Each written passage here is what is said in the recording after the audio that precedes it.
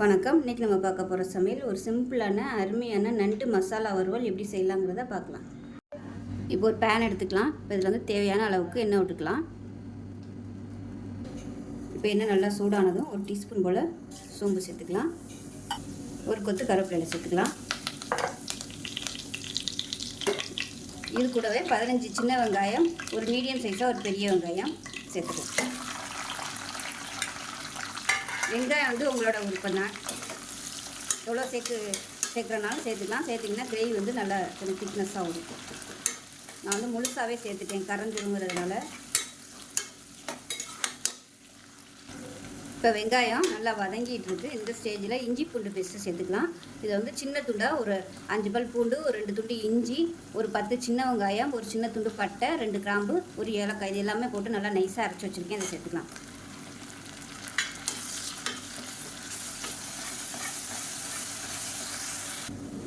இப்போ பாருங்கள், நல்லா வதங்கிடுச்சு. இஞ்சி பூண்டு பேஸ்ட்டெல்லாம் நல்லா வதங்கி நல்ல ஒரு ஃப்ளேவர் வருது. இந்த ஸ்டேஜில் பொடி சேர்த்துக்கலாம். 2 டேபிள் ஸ்பூன் தனியாத்தூள் சேர்த்துக்கலாம். 1.5 டேபிள் ஸ்பூன் மிளகாத்தூள் சேர்த்துக்கலாம்.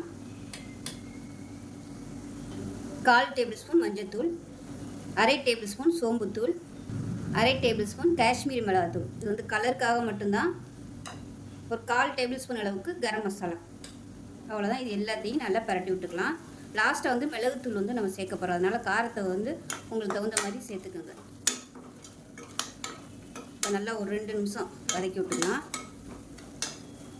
வதக்கி விட்டு மீடியம் சைஸாக 2 தக்காளி அடித்து வச்சுருக்கேன். இதை சேர்த்துக்கலாம். முழுசாக சேர்க்குறதுனாலும் சேர்த்துக்கலாம். ஆனால் அதை சேர்த்திங்கன்னா உங்களுக்கு நல்லா கிரேவியாக வராது.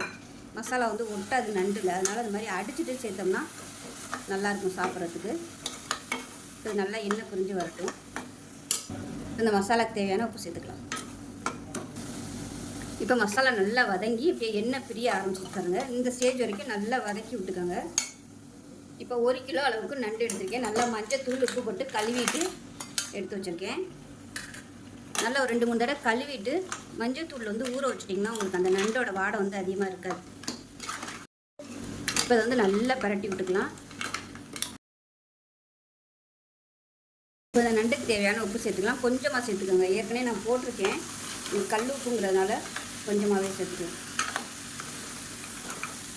நல்லா சூடு ஏறுற அளவுக்கு நல்லா ஃபஸ்ட்டு வந்து நல்லா கிளறி விட்டுக்கலாம்.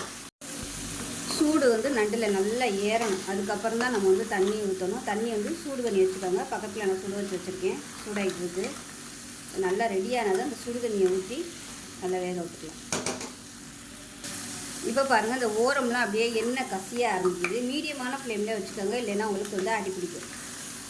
இப்போ நல்லா எல்லாத்தையும் கிளறி விட்டுட்டு முங்குற அளவுக்கு தண்ணி ஊற்றிக்கலாம். நல்லா தண்ணி சூடான தண்ணியாக சேர்த்துக்கோங்க.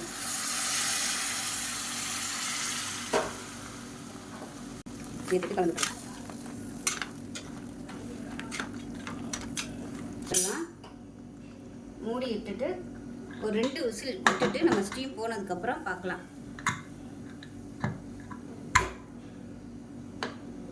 நீங்கள் வந்து கடாயில் கொதிக்க விட்றதுனாலும் கொதிக்க விட்டுக்கோங்க. எனக்கு வந்து எப்போயுமே நான் குக்கரில் வச்சு தான் பழக்கம். அதனால் நான் வந்து குக்கரில் வச்சுருக்கேன். 2 விசில் விட்டுட்டு ஒரு ஸ்டீம் போனதுக்கப்புறம் திருப்பி நம்ம ஓப்பன் பண்ணி நல்லா வற்ற விட்டுக்கலாம். இப்போ ஸ்டீம் போயிடுச்சு. எப்படி இருக்குன்னு பார்க்கலாம்.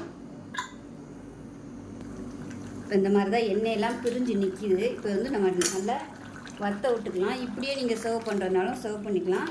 அப்படி இல்லை நல்லா பரட்டல் மாதிரி வேணும்னு நினச்சிங்கன்னா அப்படியே சிம்மரில் விட்டுங்க. ஒரு வாட்டுக்கு அப்படியே கொதிச்சுட்ருக்கட்டும். கொதிச்சுன்னா நல்லா வற்றிடும். இப்போ இதை நல்லா மூடி வச்சிடலாம். நல்லா அப்படியே வற்றி வரட்டும். இப்போ இதை மூடி வச்சிடலாம். நல்லா அப்படியே வற்றி வரட்டும். அப்பப்போ கிளறி விட்டுக்கலாம். இப்போ பாருங்கள், தண்ணியெல்லாம் நல்லா வற்றிடுச்சு. சூப்பராக வந்துருச்சு பாருங்கள். அப்படியே நல்லா அப்படியே பரட்டல் மாதிரி வந்துருச்சு பாருங்கள். இந்த ஸ்டேஜில் அமர்த்திடலாம். மேலாப்பில் கொத்தமல்லியில் சேர்த்துட்டு அமர்த்திடலாம். அவ்வளோதான். அருமையான நண்டு மசாலா ரொம்ப சிம்பிளாக ரெடி ஆயிடுச்சு. தேங்காயெலாம் அரைச்சி ஊற்றி பண்ணாமல் ஒரு ரொம்ப சிம்பிளான மெத்தடு. நான் வந்து கொஞ்சம் தண்ணி நிறைய ஊற்றிட்டேன், அதனால் லேட் ஆயிடுச்சு. தண்ணி கம்மியாக ஊற்றுனீங்கன்னா உங்களுக்கு சீக்கிரமாகவே இந்த மாதிரி கிரேவி மாதிரி ரெடி ஆயிரும் வறுவல். ஸோ செஞ்சு பாருங்கள். செஞ்சு பார்த்துட்டு எப்படி வந்துச்சுங்கிறத சொல்லுங்கள். வீடியோ பிடிச்சிச்சின்னா லைக் பண்ணுங்கள், கமெண்ட் பண்ணுங்கள், சேனலை சப்ஸ்கிரைப் பண்ணுங்கள், பக்கத்தில் உள்ள பெல் பட்டனையும் ப்ரெஸ் பண்ணுங்கள். நன்றி.